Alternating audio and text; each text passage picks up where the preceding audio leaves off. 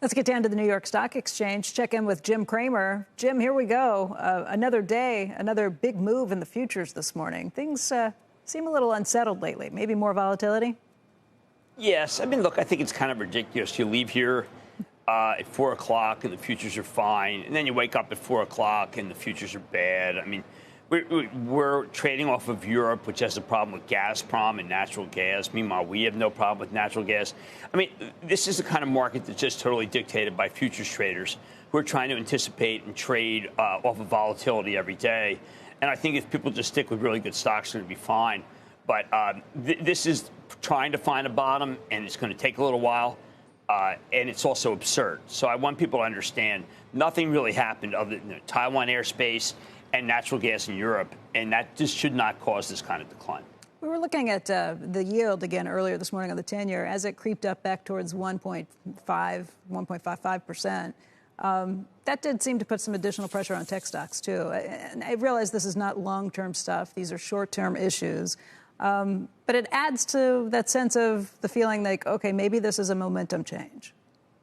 Right. I mean, I was listening to a guest this morning on Brian's show, and he was talking about how we're now in the reinflation trade. And I think that that's a dangerous presumption, because what happens is the companies that are in the FANG unit basically are about trying to keep inflation down, and they don't have the raw costs. And the problems with it are not so much inflation in this country, it's shortages. I mean, yeah, I worry about housing, but I don't worry about Salesforce.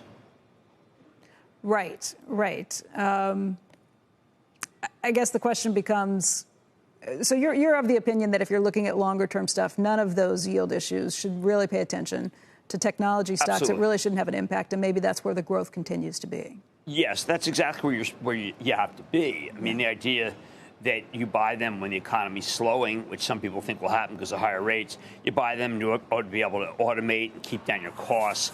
That's also another reason to own them. And we go, that's a service now. That's a work day. And people are very quickly to try to distance themselves from high growth. And it just has never worked, Becky. I mean, as long as we've been in, high growth works.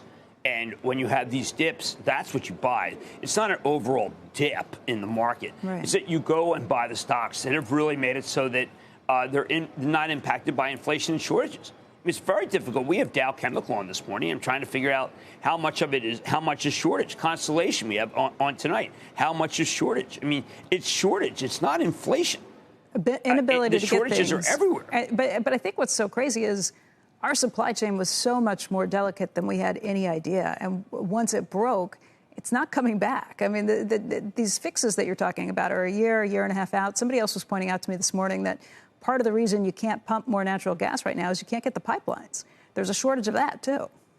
Right. Well, remember, the Northeast is blocking a lot of pipelines. The rest of the country is pretty good about it. There's a lot of natural gas in Canada. Pipes in particular, just for drilling. Pipes, pipes for drilling. I mean, I do feel that what matters to me is that when you look at, say, housing, I mean, they can't meet the demand. Right. And that does make it so that, well, that's a part of the economy. It's not going to do as well. But what's really going down? Retail's going down. I don't get that at all. I like technology here.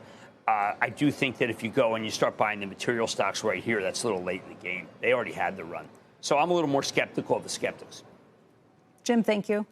A lot to talk about this morning, and we'll see you in just a few minutes.